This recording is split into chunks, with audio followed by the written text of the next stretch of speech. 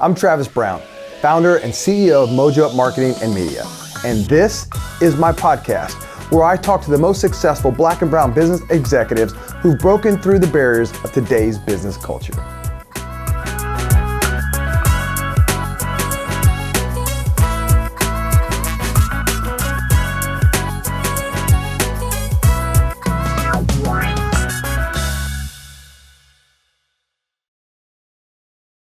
Welcome to the Diverse and Talented Podcast. I'm your host, Travis Brown, and today I got David Fredricks, who is the director of the City of Indianapolis' Office of Minority and Women Businesses. Welcome to the show.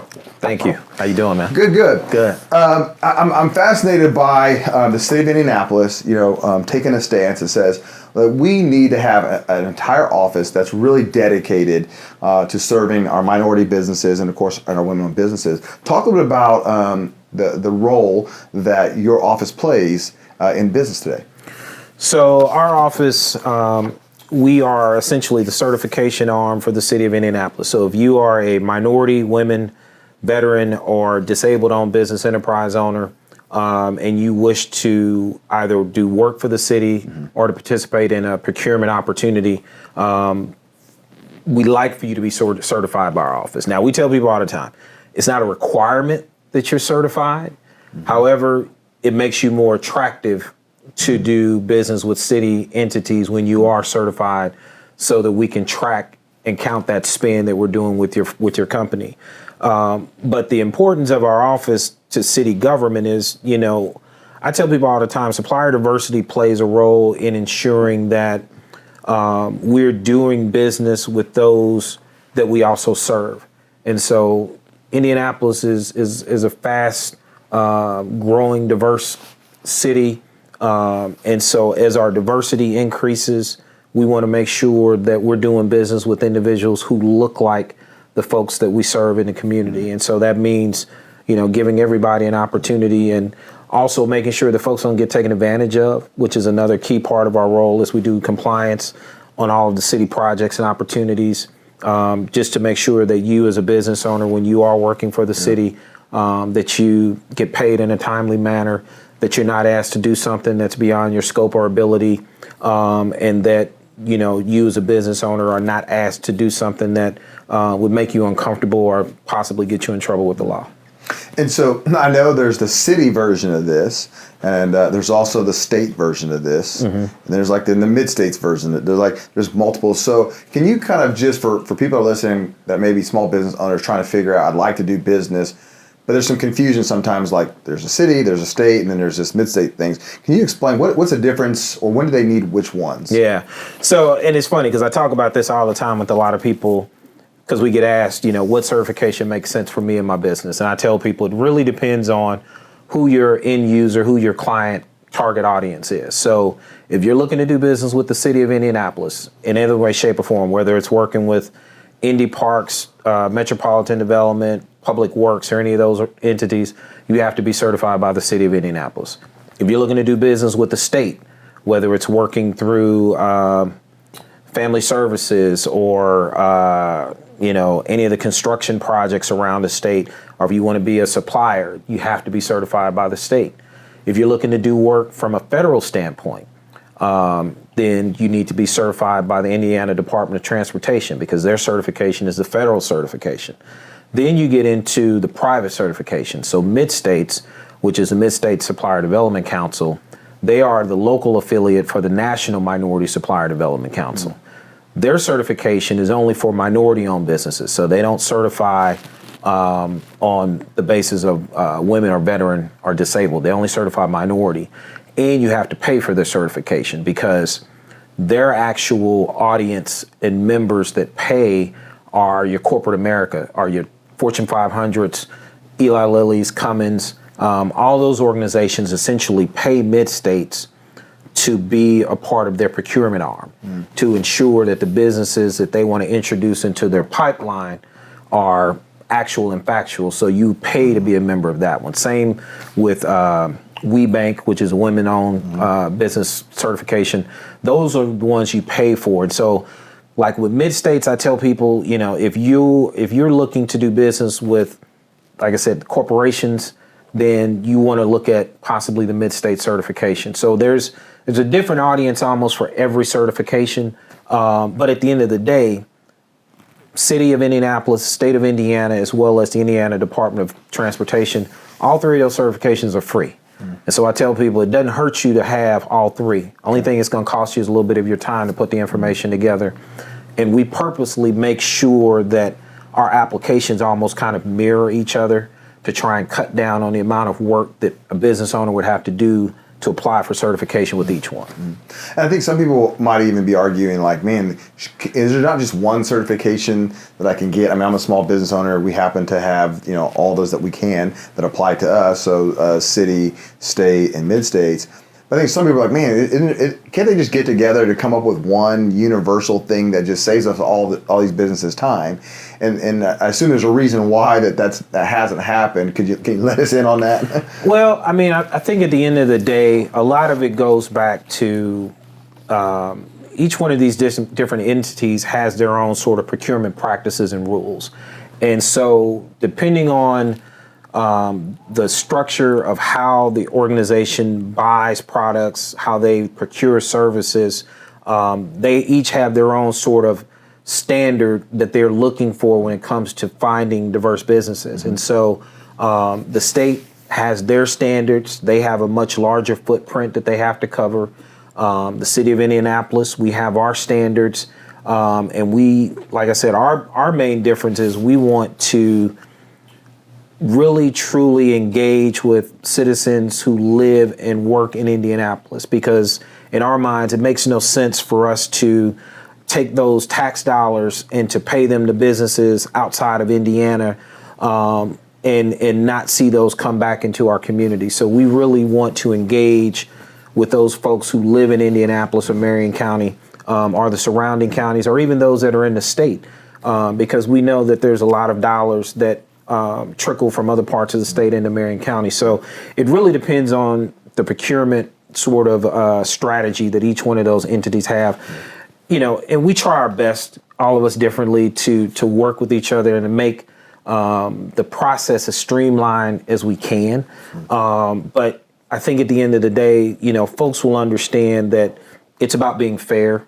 And if you ask one agency to do the work of another agency, there's an opportunity for things to get out of whack, for some folks to maybe slip through the cracks and get certified who shouldn't have been certified. And then, that's somebody that's taking an opportunity from somebody who really deserves it.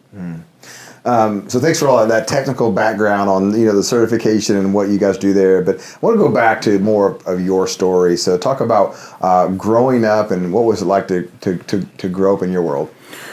Oh man, I'm an indie kid, man. I grew up west side of Indianapolis, born and raised over in Hallville. IPS graduate, George Washington High School.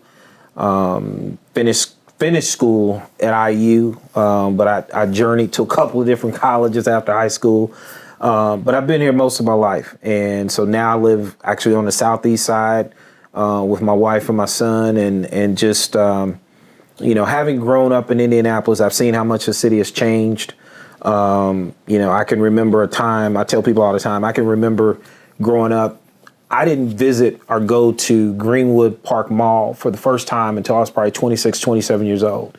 Because growing up, you were told as a black person, you don't go to Greenwood. Mm-hmm. And so now, Greenwood is full of black people and folks of many different cultures and backgrounds and things of that nature. So seeing how the city has changed has been good for me. And now, being in this role, I get to be a part of that change. So it's been a joyful journey for me to get to where I'm at now.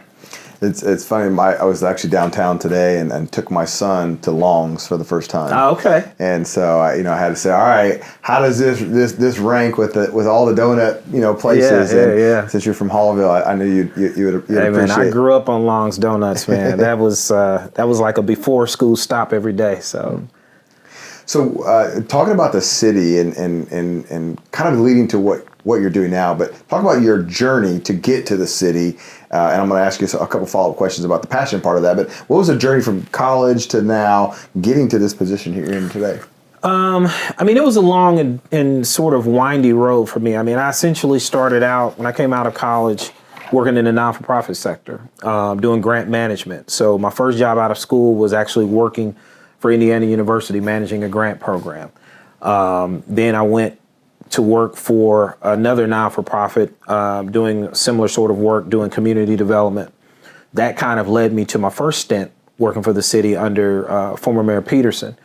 And at that time, was still doing grant management, but that was where I started to dip my foot into supplier diversity, because at that time, the city's goals for supplier diversity were very, very minimal. And it was still sort of new, so to speak. So we're talking like 2000, 2001, 2002. And so it was a different world back at that time. And so after leaving the city, I ran another non-for-profit, still doing community development sort of work. And then I had the opportunity to go work for Mid-States, actually. So worked at Mid-States, doing business development and corporate relations. And that was really where my education in supplier diversity kind of sped up, because you immerse yourself in, the issues that minority business owners have is the same issues that women-owned businesses and veteran businesses have. And so I learned quickly a lot of the challenges that those business owners were dealing with. And that's where my passion for the work came in, because I saw the struggles that folks were going through. I saw people who, were going bankrupt, who were losing their homes because they had invested everything they had into their business, and they could not figure out how to crack through that ceiling to get that opportunity that would help them get over. And so I made it sort of my mission to try and help those businesses to get to that next level. After I left Mid-States, I did private consulting for a little bit, but I specifically honed in on working with diverse businesses, one, to help them understand what it meant to be certified, but more importantly, how to take that certification and use it as a part of your business strategy. Because a lot of people get certified and then they stop and they think, I'm certified, the contract's just gonna come knocking at my door now. And it's like, no, you gotta know how to take that certification, make it a part of your business strategy, and then work it through a plan. So I did that for a couple of years. And then, subsequently an opportunity came about for me to go to the Indianapolis Airport Authority and to work there with a couple of good friends of mine. Mario Rodriguez, the executive director, is a good friend of mine. And then Holly Harrington is, my big sister, so to speak. Which I had both on here before, on the Durham Sound podcast. Yeah, so working with them, it was just another opportunity to learn more about, what it means to be equitable when it comes to business, and how do we make sure diverse businesses get that opportunity. And so worked there for a couple of years, and then subsequently the opportunity came to come back to the city, but to come back in a leadership role and to really sort of put my imprint on the work that I've been doing for the last 15 to 20 years. And so when this opportunity came about, I thought, this is going to be good. Not really thinking far ahead about the fact that we were going into an election year, but, we sat down, and when I had my interview with Mayor Hogsett, he asked a lot of different questions about things, but essentially his questions came back to, David, can we make an impact? What can we do to make sure that we're making the city of Indianapolis as equitable as we can? And so when I heard that he had that same desire that I had, I said, okay, let me jump on this and take this opportunity and this challenge. And so now I've been back with the city going on almost 3 years. And, the work is thankless sometimes, but it's the work that I think needs to be done. Well, I think it was cool that your path, and when I was doing all my little research, just seeing how much you've been in this space, in this lane, always thinking about, how do I help this small business? How do I help them thrive? How do I help them get opportunities in all the different realms that you have been in, which I thought was just kind of interesting, because I didn't know that prior to kind of doing some research on you. To get to this point now where now you're in this leadership role within the city that is around, how do we help minority businesses and women businesses. I just think it's a cool journey for people to see. And also for sometimes our listeners or viewers is that to get to leadership positions, like there's a journey. It's not like everybody just wakes up tomorrow and you're in that top.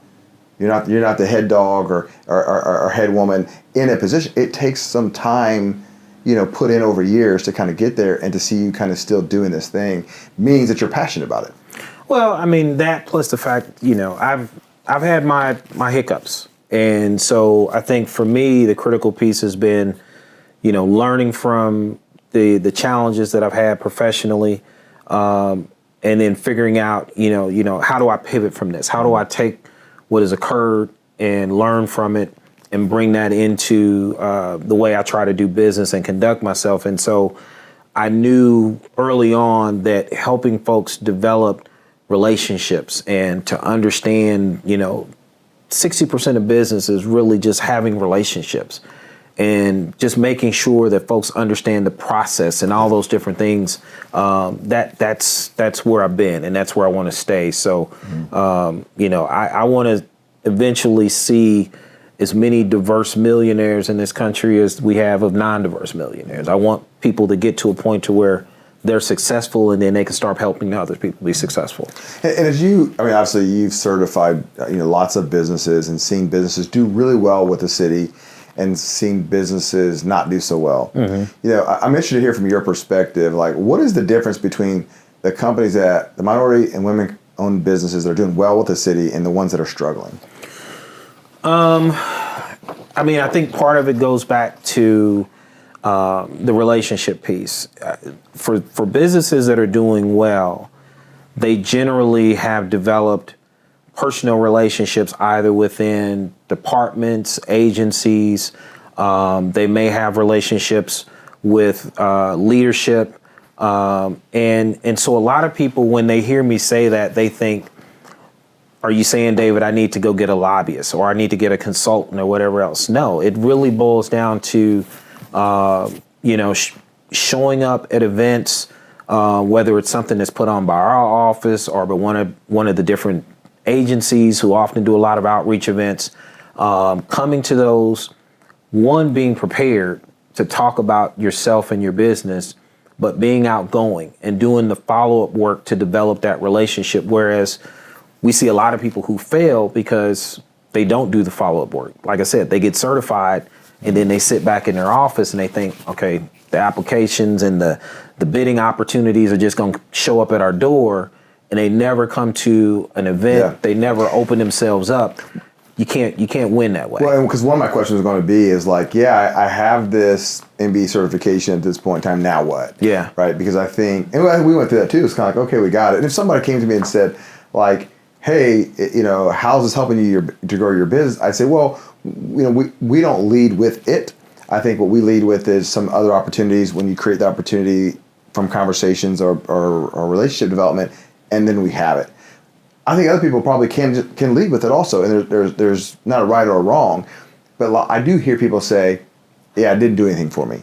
And you kind of just touched on that a little bit, but how do you coach people to say, okay, you got the certification, now ...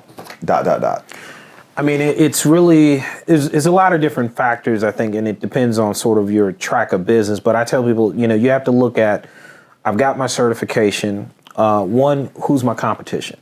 Who else is certified doing the same thing that I do? And what price point are they doing it at? What services do they provide? Do I need to look at what I'm doing and offering and try and streamline or change some of that?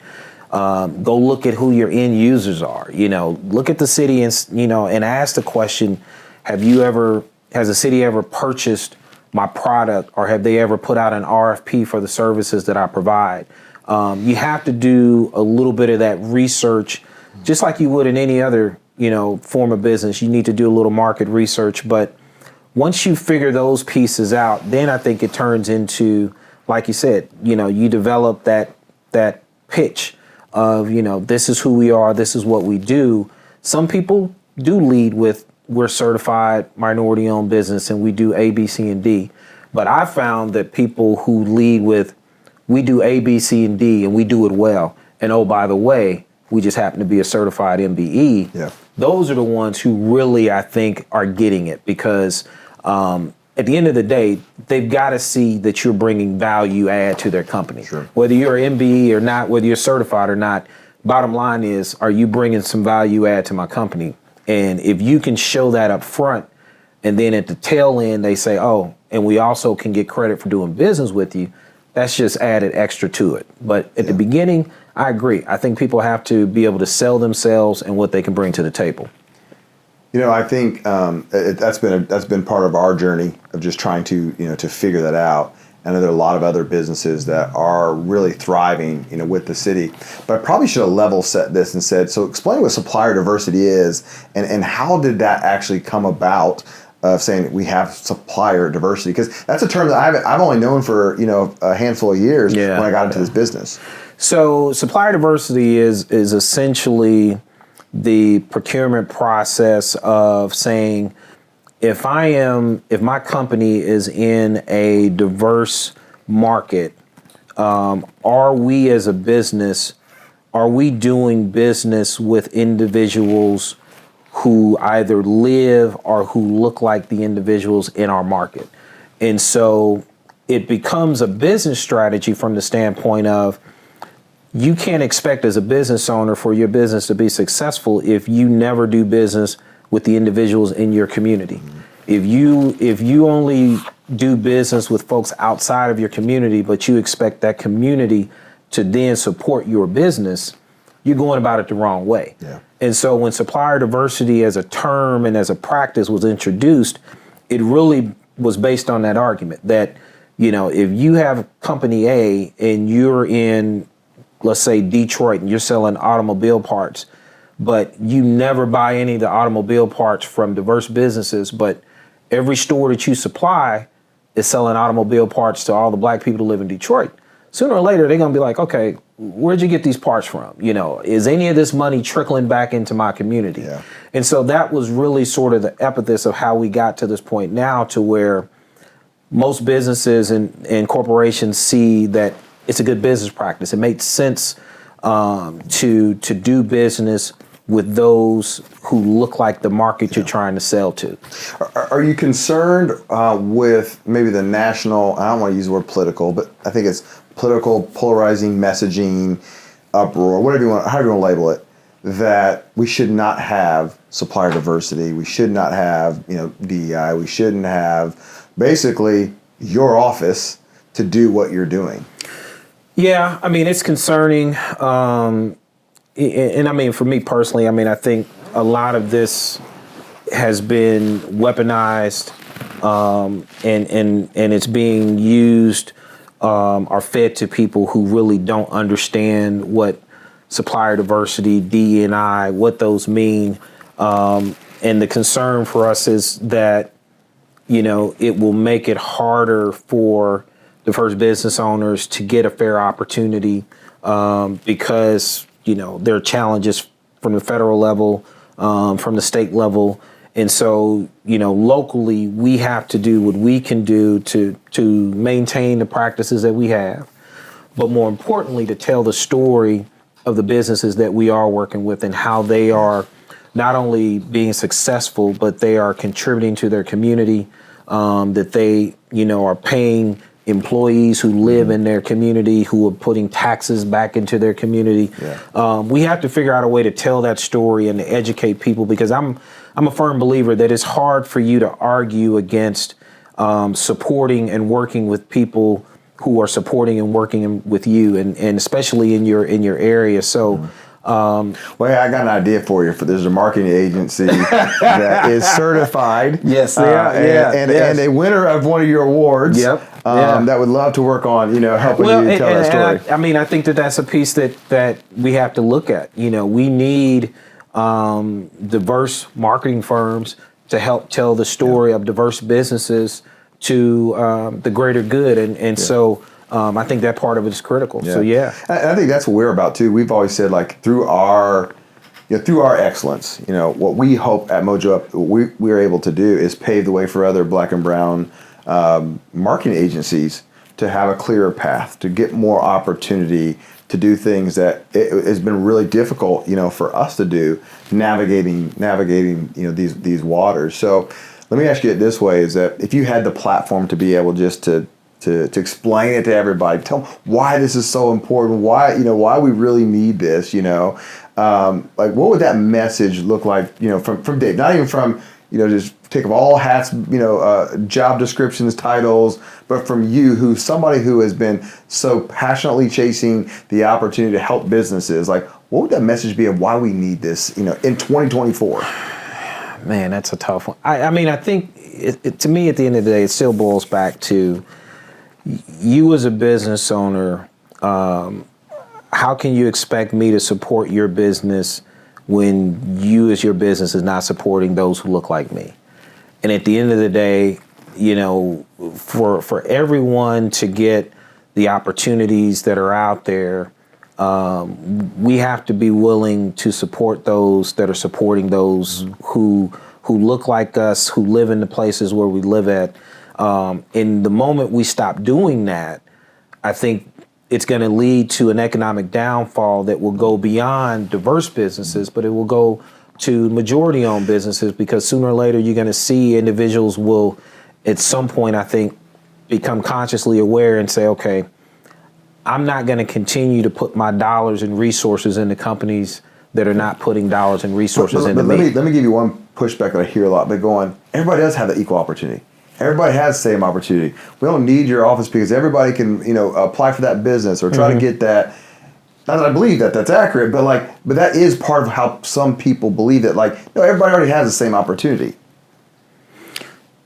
I would argue against it and say we're still playing catch up. Mm-hmm. I mean, for this country, where we are, from a societal standpoint, and especially from an economic standpoint, Black and brown business owners are still, in some estimations, 70 to 80 years behind majority-owned white businesses when it comes to the resources that they've been able to generate, whether it's through inheritance, whether it's through,